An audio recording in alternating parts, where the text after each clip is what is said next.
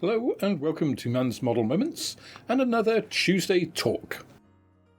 Now, today I've got kind of a mix of two halves of highs and lows, but they both involve Eastern Europe. And the first of those, let's start with the good news, is that Eduard have recently announced that they're going to be producing 3 1/32nd scale kits in 2026.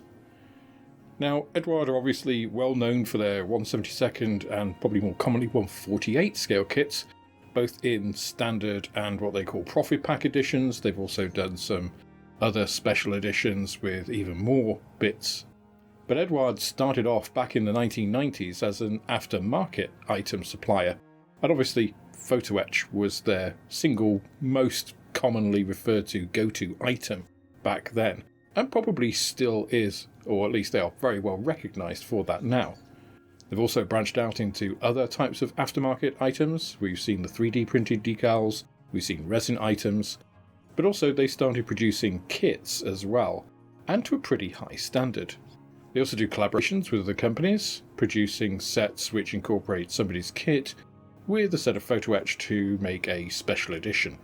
So these are actually going to be released as what they call Eduard hybrid kits, which means that they are a 1/32nd scale injection molded kit with 3D printed and cast resin aftermarket accessories. So we expect to see a lot of detail in those kits, and so far there have been 3 announced. So first of all is a 1/32nd scale Spitfire Mark 9, to the inward groans of many I'm sure, but a 1/32nd scale Spitfire in this scale with 3D printed accessories is probably something that will sell very well. The 2 other kits that are announced are both Focke-Wulfs, and both 190s, but slightly different versions. One is the A, the other is the D, the Langnesen. Now the 190 is one of my favourite World War II aircraft, the Butcherbird. And the D especially, I think, it makes the rather squat, quite brutal looking 190A and F series look a little bit more elegant with that extended tail. Now 1/32nd scale isn't actually anything new for Eduard. They did do a BF 109 way back in 2009. So this is the first time we've seen anything in this scale from them for well over 15 years. So it's quite an exciting time. They did announce last year that they were going to be releasing a 1/32nd scale P51 in 2025. We've not seen that yet. But the Spitfire Mark 9, I believe, is slated to be a new toolkit out in 2026, and then the Focke-Wulfs are due to be out 2027. So it does seem to be that they are forging a little bit of a new path into this scale. If they do release the P51 this year, Spitfire next year, and then 2 Focke-Wulfs the year after.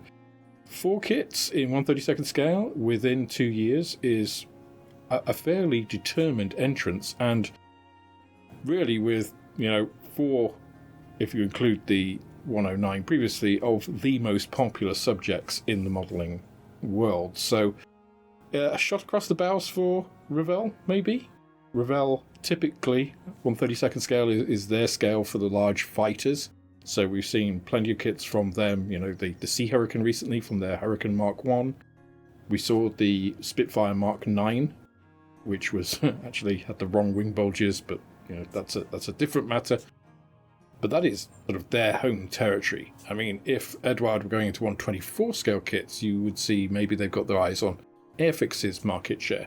But 1/32nd scale is still pretty popular. I think it's as I've shown in my various 80 years of modelling and scale, it is a growing scale. It has been growing quite steadily, and it kind of caters, especially with those extra details, for that, if you like, niche modeller, the advanced or intermediate modeller who wants to create a decent sized model with a lot of detail so they can show all of that off.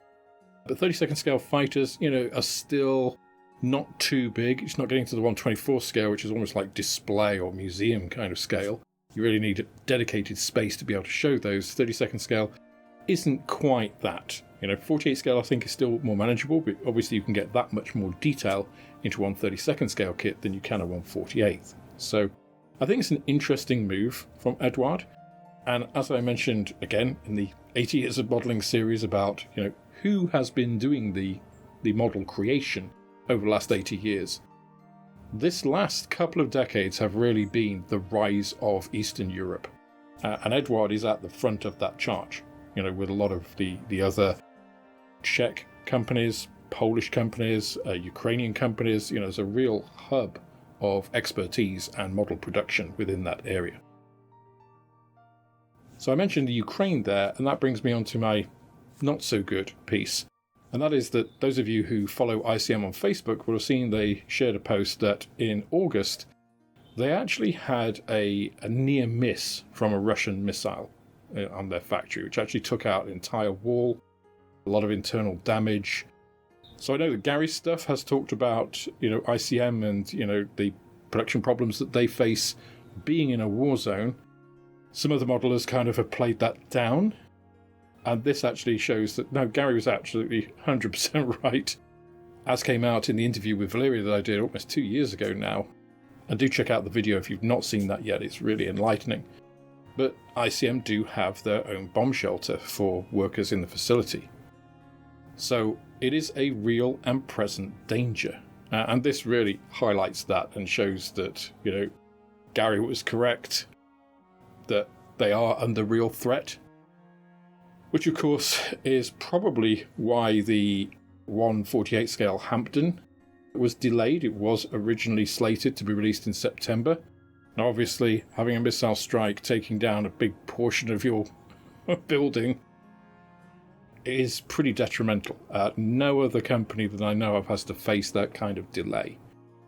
And the fact that ICM didn't even mention this, right, until now. It's 2 months later. So this happened in August, it's now October.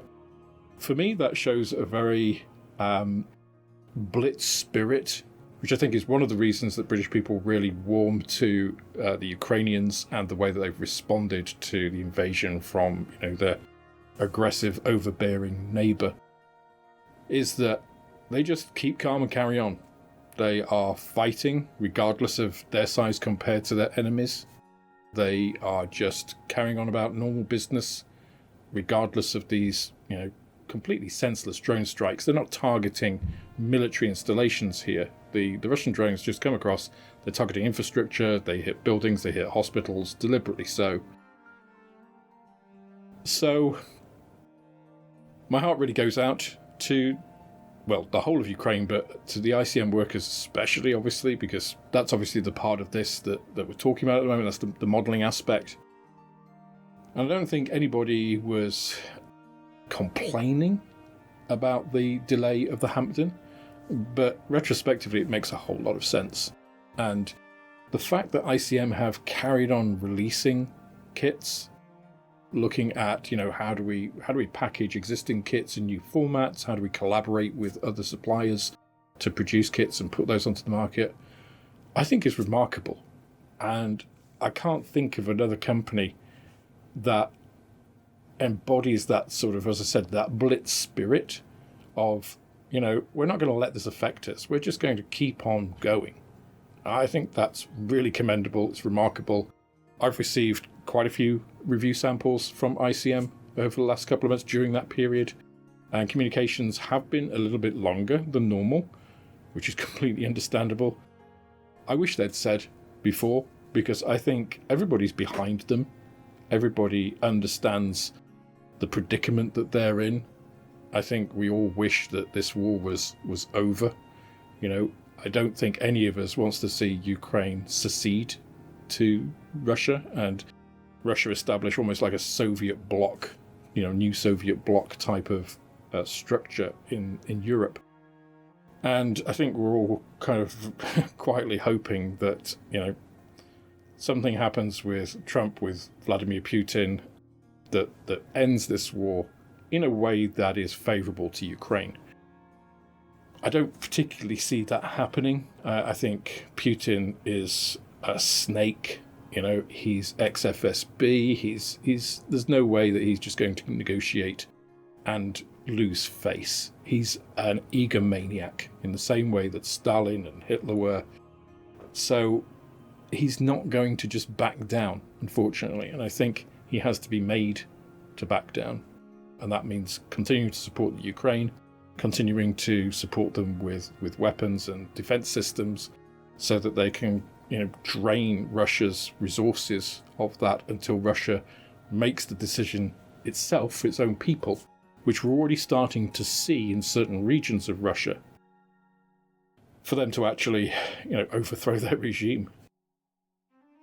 Tyrannical regimes have existed throughout history. Ultimately, unless they're defeated in war, it's their own people that overthrow them, and to the betterment of the people. It's not doing Russia any favours, this war. The amount of manpower that Russia has lost, the amount of mothers now without sons in Russia is far more than Ukraine. Now, that's because Russia initiated the hostilities, it's their fault. But a lot of those people didn't realise what they were getting into. Putin knew, nobody else. So, it's a difficult situation. It's heart-rending. The Russian military has been shown to be a World War I type meat grinder. This war has become bogged down in trench warfare despite all of the innovations that have been shown, and Ukraine has really pushed that innovation with drones. It's now been copied, obviously, by Russia. Russia buying lots of Shahed drones. Again, I don't want to get political in this, but it's certainly... Your friends kind of show what sort of a person you are, and Putin has China, North Korea, Iran, Syria. None of these are particularly regimes that have good human rights records. That kind of stands for itself, and yet they're trying to show that they are, a multinational nation. That they're not. So, again, I don't want to get political, I don't want to drag the tone of this down, but I just thought it was worth mentioning. For anybody who doesn't know, go and check out ICM on Facebook. Please support them through whatever means. I have ICM kits in my shop. Obviously, buying those, I can buy more ICM kits, which obviously goes to support ICM. It doesn't matter where you buy them. I'm not just using this as a way to boost my shop. That would be quite crass. But just support ICM. Doesn't matter where you buy ICM kits from. But buy ICM kits. Support the company. Show them some love on Facebook. I think what they're going through, we moan about Revell releases and Airfix doing this and stuff, but ICM are just carrying on, despite being, having near hit by a missile. I mean, the scale of difference in problems from Airfix's Jaguar release with the wrong fuselage to having your walls blown out and glass blown across your office and fire started because a missile almost destroyed your building it doesn't bear thinking about, right? It doesn't bear comparison. So yeah, show ICM some love. I think Eastern Europe has proven in the past, as I say, 10, 15, 20 years to be a real powerhouse of model production. The modelling scene in Eastern Europe, if you've ever been to or seen a YouTube video of Eastern European model shows, or just model shows in Europe that have a lot of Eastern European attendees, the quality and standard of modelling, I mean, you only have to look at models like Plasmo, like Night Shift, to see, the top of the game. There's an awful lot of players from that area. It's a very different culture. And I think we can only hope to learn from them. How do we establish that sort of culture back in the West? Because I think a lot of us here in the UK feel that, modelling isn't being adopted by youngsters. I don't think that's true, but that's not the topic for today. I think in America, it's become much less of a pastime, and America really is the birthplace of scale modelling. So I think that's quite tragic, the way that really the US has no manufacturers now. It has some companies making old tooling impressions, which isn't quite the same. But the culture has shifted. It's much more niche, I think, than how niche modelling is in the West in general.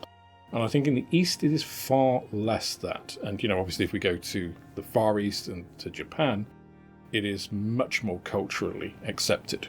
So I think it's interesting to see how the geographical spread has changed over the years. But I don't think it's a reversible thing, and I think we are seeing some signs of pushback against that kind of move to digital media in upcoming generations. But I think looking at Eastern Europe, we have all of this wealth of production right on our doorstep, and we should really take advantage of it. So that's everything I have for today. I hope you enjoyed what I was talking about. Please let me know what you think in the comments below. Again, please don't make it political. If you put something political and nasty in, I'll just remove it. I'm not prepared to have a political debate with some keyboard warrior on YouTube. So just bear that in mind. Please be respectful. And I look forward to seeing you in the next one. Goodbye now. That's all for this instalment of Mann's Model Moments. If you enjoyed the video, please click the like button, subscribe to the channel for more like it, and share this video with others you think would also enjoy it. You can also follow me on Instagram, Twitter and Facebook, and if you're feeling generous, then I also have a Patreon, which is absolutely the best way of helping me to grow the channel and produce more content like this. With that, I hope you have plenty of modelling moments of your own, and I look forward to welcoming you in the next video.